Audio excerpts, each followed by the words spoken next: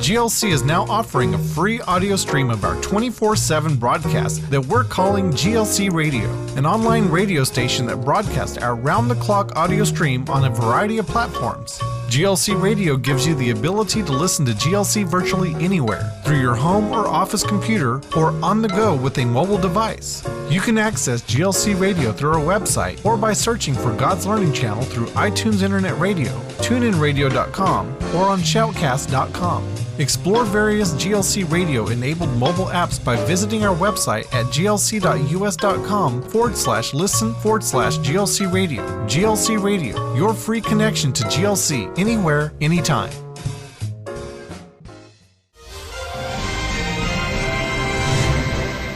Well, welcome to the Wednesday update. And before we get started, Amy, I want to say that program you hosted last night with the Scott and Teresa was one of the best ones I think I've seen in a long time. Except for the one the night before with Ron Kadar and John Anderson. I tell you, last week was just incredible. Well, let me add one thing before we go in. You were talking about those two programs together. When we had breakfast with both all of the whole group. Yeah, all of them. It was some kind of a breakfast because that was the first time they'd ever met.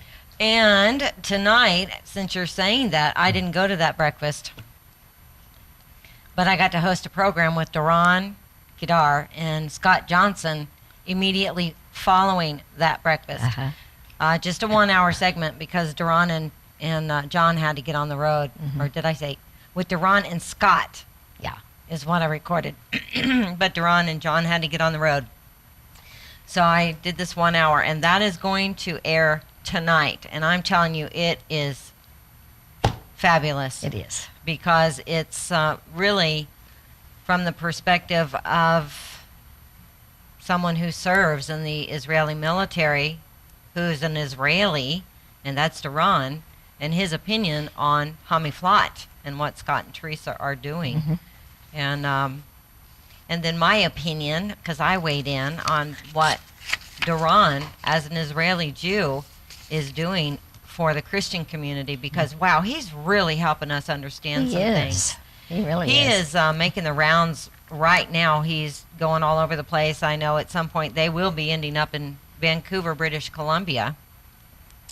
And then he's heading back to, I think, Sweden or something. I don't know. But I did talk to him yesterday, and it looks like the two of them, after they've made their rounds, are going to start another arm of the tour, and they're going to swing by GLC again. So we'll be seeing some more of them. Good. In the kind of near future. I'm really excited about that. So great. Yeah, those boys are doing some good work helping us to understand some things. And, you know, I'm just so grateful to the Lord for hooking us up with them. Hooking us up with them. Yes, and hooking us up with Scott and Teresa, and that's right. And really understanding how vital what Scott and Teresa are doing for the state of Israel. And how unusual it is. It's very unusual. Yes. Well, they're abnormal people. They are. That's what they said. We're abnormal. We're not normal. We're abnormal.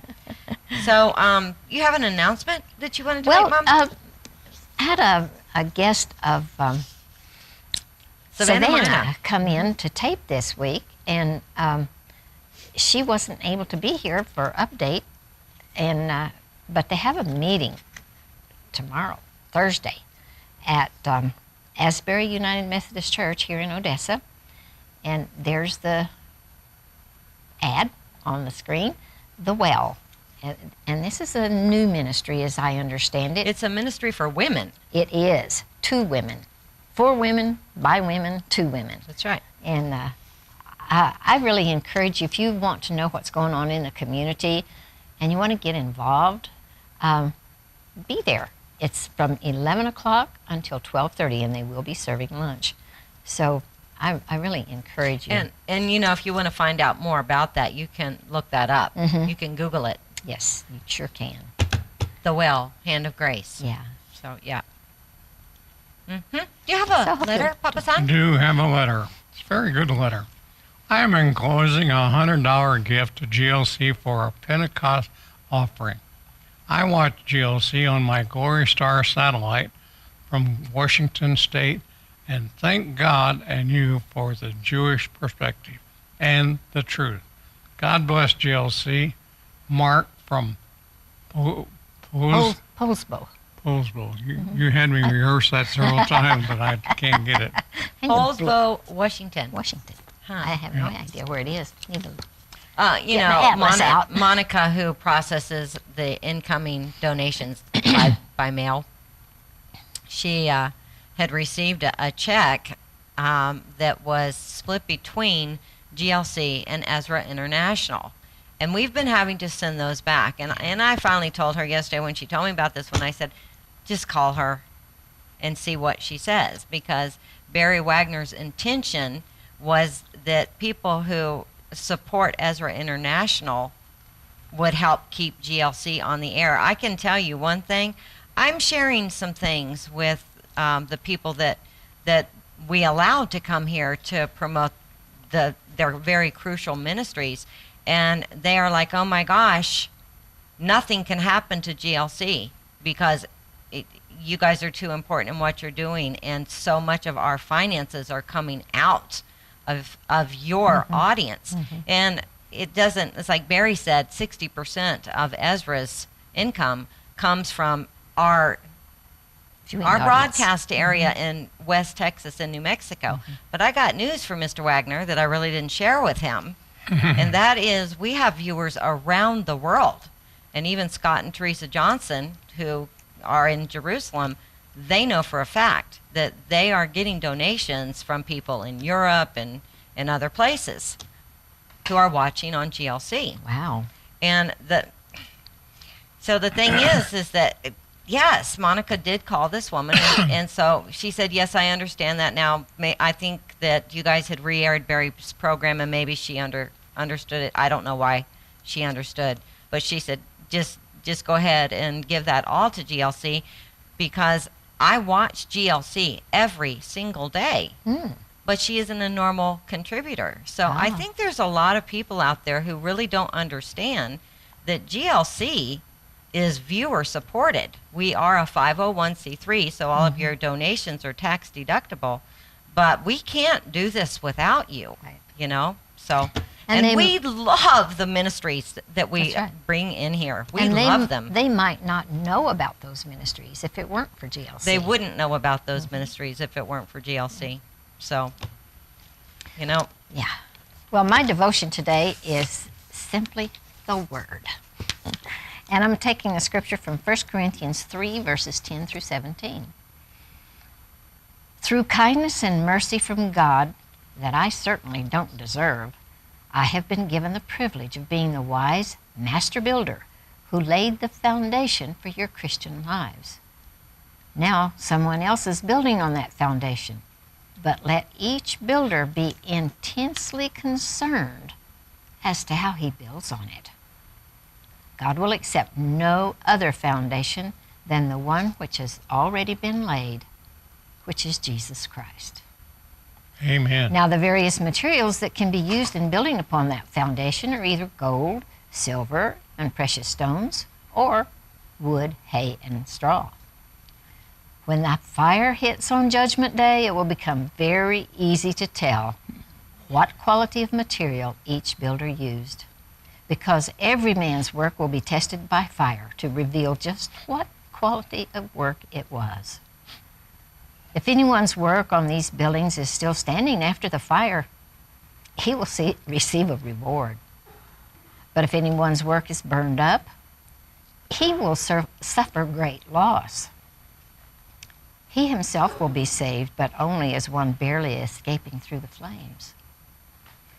Don't you know that each of you are a house of God and that the Spirit of God is living in you? If anyone corrupts and destroys God's house, God will destroy him, because God's house is sacred and has been dedicated to him, and you are that house. That's a hard word, guys. be sure that the building material you're using is gold and based on Jesus Christ. I think that's a really good word. It is a good word. I was admiring your ribbon. Were you? Yes, It's a pretty ribbon. We all got it today. I do too. My little cross is crooked, but I want to let everybody know, in America anyway, the ribbons went out. Oh, good. Yesterday, I All right. believe. Good. And I think the ones that'll be going to Canada will be going out this week. As soon as I give them a postage check, they'll go. So, okay, we've got a lot of news We today, do. and the first couple of articles are, in a way, kind of attached to the Six-Day War. In a small way, the Six-Day War today is the anniversary of the Six-Day War ending. So this first article comes from both the Associated Press and Israel National News. A new Palestinian poll released Tuesday shows Gaza residents are unhappy with the territory's Islamic militant Hamas rulers and their war with Israel last summer. While the Hamas terrorist regime ruling Gaza may have celebrated the outcome of last summer's war, it launched against Israel as a victory. According to the new survey, disappointment among residents in the coastal enclave under Hamas rule is rapidly growing, and half of them are thinking about immigrating from Gaza. The poll, conducted in Judea, Samaria, and Gaza by the Ramallah-based Palestinian Center for Policy and Survey Research, the PCPSR, was published on Tuesday. The center's director, Khalil Shikaki, said the 50% immigration figure in Gaza is higher than ever, and that among young people, it's even higher, about 80%. Gaza is definitely showing tremendous frustration, Shikaki said. In the poll, a total of 1,200 people were surveyed in face-to-face interviews just last week. While there's a margin of error of 3%, the most dramatic finding of the poll was that a full 50% of respondents in Gaza are considering immigrating from the area, indicating the highest percentage ever found by the PCPSR in its polls. Among Arab residents of Judea and Samaria, so-called West Bank, that figure was not too far behind, with 25% say they want to leave and do not want to live under Palestinian Authority rule. A 63% majority expressed dissatisfaction with, quote, achievements compared to human and material losses in the 2014 Gaza conflict that killed over 2,200 Palestinians and 73 people in Israel. Fighting devastated parts of Gaza, and reconstruction has been slow, causing many there to ask if it was even worth it. But while 63% polled expressed dissatisfaction, get this, 63% said they support launching rockets at Israel as long as a blockade is in place.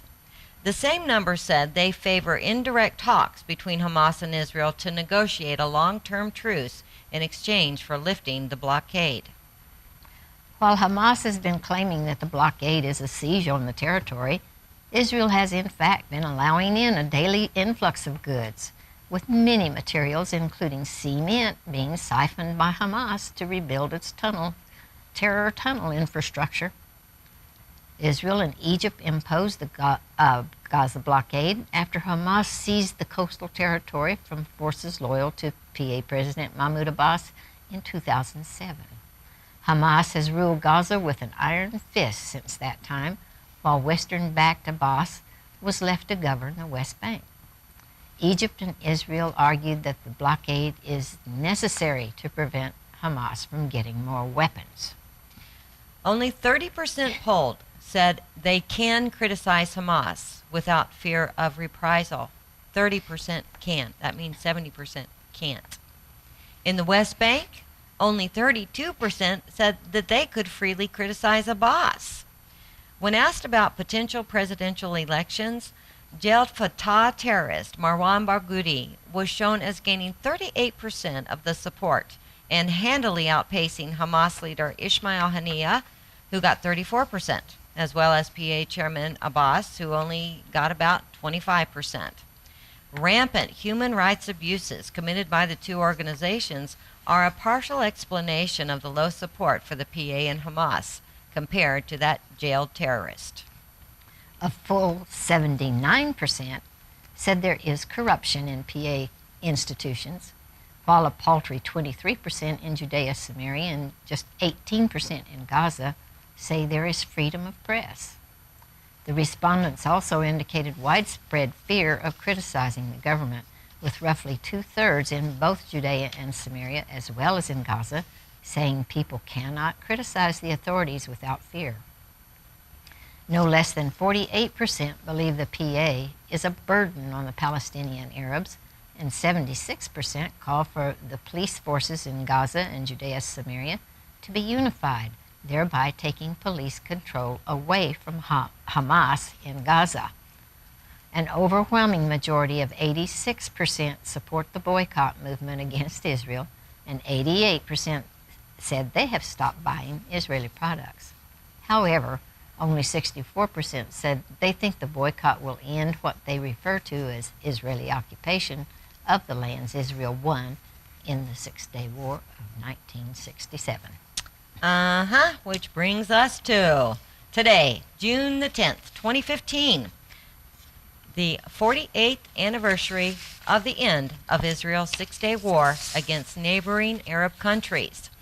This was the third of the Arab-Israeli wars in less than a 20-year period since the forming of the Nation of Israel in 1948. The significance of this war had a profound impact on the map of Israel and the surrounding countries. So we want to take a moment to share the history of this conflict as documented in the Encyclopedia Britannica. As the name implies, the Six-Day War was quite brief, taking place June 5th through the 10th, 1967. It's also referred to as the June War, or the Third Arab-Israeli War. Israel's decisive victory in the Six-Day War included the capture of the Sinai Peninsula, the Gaza Strip, the West Bank, the Old City of Jerusalem, and the Golan Heights. The status of these territories subsequently became a major point of contention in the Arab-Israeli conflict and remains so to this very day. So, what prompted this war? Prior to the start of the war, attacks conducted against Israel by fledgling Palestinian guerrilla groups based in Syria, Lebanon, and Jordan had increased, leading to costly Israeli reprisals. In November 1966, an Israeli strike on the village of Al-Samu in what was then the Jordanian West Bank left 18 dead and 54 wounded. And during an air battle with Syria in April of 1967, the Israeli Air Force shot down 6 Syrian MiG fighter jets. In addition, Soviet intelligence reports in May indicated that Israel was planning a campaign against Syria. And although inaccurate, the information further heightened tensions between Israel and its Arab neighbors. Egyptian President Gamal Abdel Nasser had previously come under sharp criticism for his failure to aid Syria and Jordan against Israel. He had also been accused of hiding behind the United Nations Emergency Force, the UNEF, stationed at Egypt's border with Israel in the Sinai. Now, however, he moved to unambiguously demonstrate support for Syria. On May 14, 1967, Nasser mobilized Egyptian forces in the Sinai. On May 18th, he formally requested the removal of the UNEF station there. And on May 22nd, he closed the Gulf of Aqaba to Israeli shipping, thus instituting an effective blockade of the port city of Eilat in southern Israel. On May 30th, Jordan's King Hussein arrived in Cairo to sign a mutual defense pact with Egypt, placing Jordanian forces under Egyptian command. Shortly thereafter, Iraq, too, joined the alliance. In response to the apparent mobilization of its Arab neighbors, early on the morning of June 5th, Israel staged a sudden preemptive air assault that destroyed more than 90% of Egypt's air force on the tarmac. A similar air assault incapacitated the Syrian Air Force. Without cover from the air, the Egyptian army was left vulnerable to attack. Within 3 days, the Israelis had achieved an overwhelming victory on the ground, capturing the Gaza Strip and all of the Sinai Peninsula up to the east bank of the Suez Canal. An eastern front was also opened on June 5th when Jordanian forces began shelling West Jerusalem, disregarding Israel's warning to King Hussein to keep Jordan out of the fight, only to face a crushing Israeli counterattack. On June 7th, Israeli forces drove Jordanian forces out of East Jerusalem and most of the West Bank. Photos and films of Israeli troops taking control of the old city of Jerusalem have proven to be some of the war's iconic images. The UN Security Council called for a ceasefire on June 7th that was immediately accepted by Israel and Jordan. Egypt accepted the following day. Syria held out, however, and continued to shell villages in northern Israel. On June the 9th, Israel launched an assault on the fortified Golan Heights, capturing it from Syrian forces after a day of heavy fighting. Syria accepted the ceasefire on June 10th. The Arab countries' losses in the conflict were disastrous. Egypt's casualties numbered more than 11,000, with 6,000 for Jordan and 1,000 for Syria, compared with only 700 for Israel. The Arab armies also suffered crippling losses of weaponry and equipment. The lopsidedness of the defeat demoralized both the Arab public and the political elite. Nasser announced his resignation on June 9th, but quickly yielded to mass demonstrations calling for him to remain in office. In Israel, which had proved beyond question that it was the region's preeminent military power, there was absolute euphoria. The Six-Day War also marked the start of a new phase in the conflict between Israel and the Palestinians. Since the conflict created hundreds of thousands of refugees and brought more than 1 million Palestinians in the occupied territories under Israeli rule. So that's how that all happened. Mm-hmm. And why should they give it up? They were attacked. They fought for it. They were attacked. They were. You know?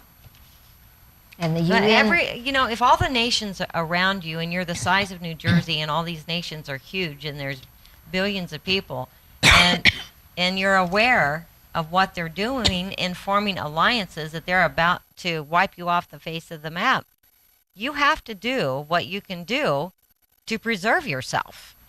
And, I will never forget hosting a Jewish guy who was raised in the U.S., who's now living in Israel, and him talking about the day that Israel got the old city back, because they could live in West Jerusalem, but they could only go so far because East Jerusalem belonged to the Jordanians. There was a big wall. Which is why the Temple Mount is under the oversight of the Jordanian Waqf. That's W-A-Q-F. Moshe Dayan turned around and gave that back to them. Mm-hmm. But this is why the Palestinians living in that area, they don't want to live under Israel's governorship. They weren't planning on their homes going up in flames. Mm-hmm. So it's a sad situation, but I can tell you that when you think about Israel going up against 5 mighty armies, mm-hmm. It has to be God. And only 700 dying, and when I totaled that up, it was 11, 6, 1, 18,000 died in the 3 largest countries. It's amazing to me. 18,000 compared to 700 can only be the hand of God. Amen. Can only be the hand of God. So, anyway, just thought you guys might like to know some of that background on that. Reminds me of what Scott said about Israel, the one God fights for. The family. We are the family that God fights for when we're grafted into Israel. Awesome. Okay, we have a little article from the ICJ News. The ICJ News, sorry. Israeli President Reuven Rivlin hosted visiting U.S. Chairman of the Joint Chiefs of Staff, General Martin Dempsey, on Wednesday, speaking for many Israelis by declaring that he was born in Jerusalem and is an Israeli, despite a U.S. Supreme Court ruling on Monday overturning a law earlier passed by Congress allowing U.S. citizens born in Jerusalem to mark Israel as the country of their birth on official documents. The ruling was based on U.S. policy going back to 1967, that Jerusalem is not the sovereign territory of Israel. Every U.S. president since Harry Truman has affirmed the executive branch's authority to change that policy, or not, according to the judgment of the sitting president. The court's ruling stated in effect that Congress does not have the authority to encroach on this area of foreign policy, and the Obama administration was quick to applaud the move. White House Press Secretary Josh Earnest said in a statement, "We welcome the Supreme Court's important decision yesterday in Zavatovsky versus Kerry, which reaffirms the long-established authority of the president to recognize foreign states, their governments, and their territorial boundaries. The court's decision upholds the president's long-standing authority to make these sensitive recognition determinations as part of his conduct of diplomacy and foreign policy." Although Israel's national government had no formal response, Jerusalem Mayor Nir Barkat declared, just as Washington is the capital of the U.S., London is the capital of England, Paris is the capital of France, Jerusalem was and will always be the capital of Israel. Amen. But more than that, it's the heart and soul of the Jewish nation. Elsewhere, Palestinian Authority Chief Negotiator Saeb Erekat welcomed the ruling, adding his assessment that it reinforces the PA's long-standing position that Jerusalem is an occupied territory. Wow, doesn't that fall right into the Six-Day War? Yes, it does. Okay, and some news briefs from the ICEJ. Israel's Central Bureau of Statistics released numbers on Tuesday showing, among other things, that construction in Jewish communities in the West Bank and neighborhoods of eastern Jerusalem rose sharply in the first quarter of 2015, with a 219% spike in completed housing and a 93% rise in starts. The rise, about half of which occurred in the main settlement blocks of Moadin Elit, Batar Elit, Ariel, Ma'ale Adumim, and Gavat Zaiv, occurred as part of modest growth in construction activity nationwide. In related news, the combined factions which make up the Joint Arab List party in the Knesset issued a statement Tuesday declaring its support for boycotts of Israeli companies which operate in the West Bank. Also, a poll was released this week by the Palestinian Center for Policy and Survey showing, among other things, that the Islamist terror militia Hamas is the most popular faction among Palestinians in the West Bank and Gaza Strip. You know, we only have about a minute left, and I want to jump to the very next article. All right. And if nothing else, I want to be able to show the picture of what was on a football field in San Francisco. Disgusting. San Francisco police have launched an investigation after vandals placed a giant swastika in the middle of El Camino High School's football field following a graduation ceremony on Friday. It's terrible. What's happening in the United States? Oh, and then there's some stuff that happened over in Miami Beach as well. And it's like, people, I don't think there could be a more important time that Israel has a voice and the Jewish people have a voice on national television saying, you know what, we have to stand against this anti-Semitism. We must. You know, we love you so much, and we thank you for praying for us and supporting us. We'll be back with you on Friday. See ya.